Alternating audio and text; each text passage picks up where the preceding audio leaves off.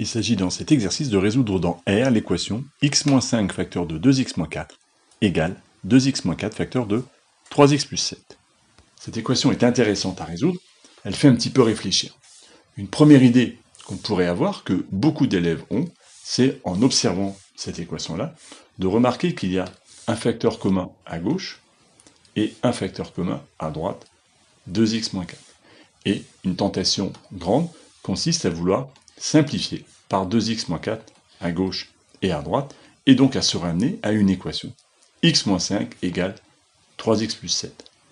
Cette stratégie est fausse en maths, alors que c'est quelque chose qu'on a l'impression d'avoir fait et de faire régulièrement, car si nous avions par exemple 3 facteurs de x-5 est égal à 3 facteurs de 3x plus 7, eh bien nous pourrions parfaitement, dans cette situation, simplifier à gauche et à droite par 3. La simplification par 3 signifie que nous divisons chaque membre de l'égalité par 3.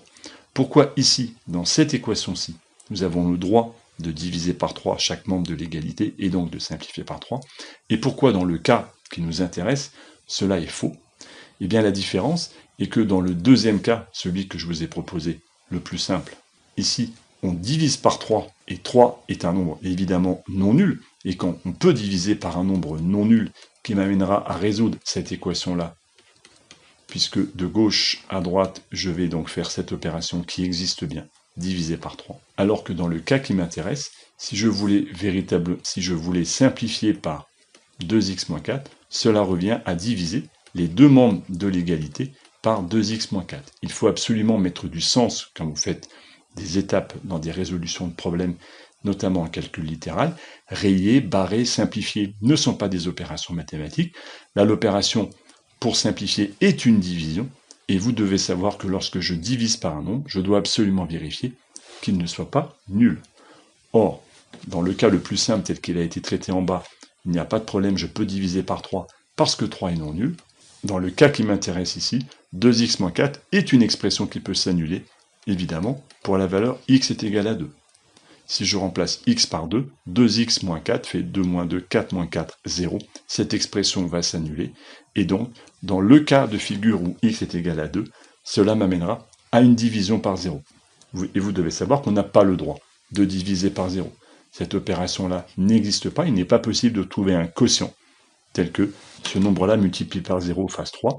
On n'a pas le droit de diviser par une expression algébrique si on ne s'est pas assuré qu'elle ne s'annule pas. Ces informations étant données, essayez de reprendre l'exercice et de le résoudre complètement en faisant pause sur la vidéo. La suite de la correction arrive.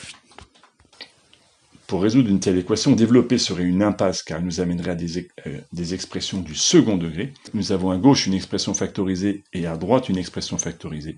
La méthode générale pour résoudre ce genre d'équation est de nous ramener à un produit nul.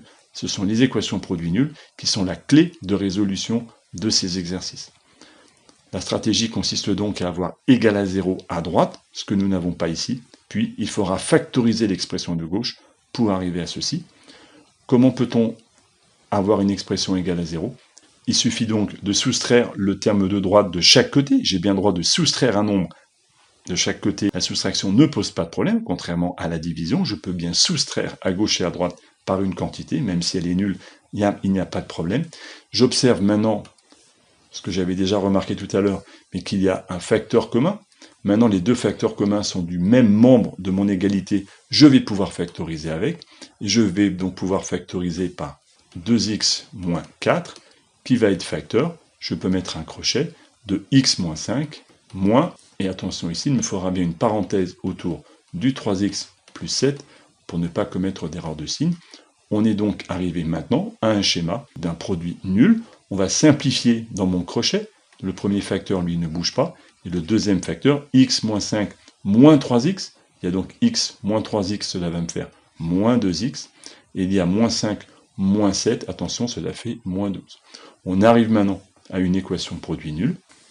Un produit est nul si et seulement si au moins un de ses facteurs est nul, ou un de ses facteurs est nul. Cela revient à résoudre 2x moins 4 est égal à 0, ou bien moins 2x moins 12 est égal à 0. Ces deux équations sont faciles à résoudre. La première est équivalente à dire que x est égal à 2.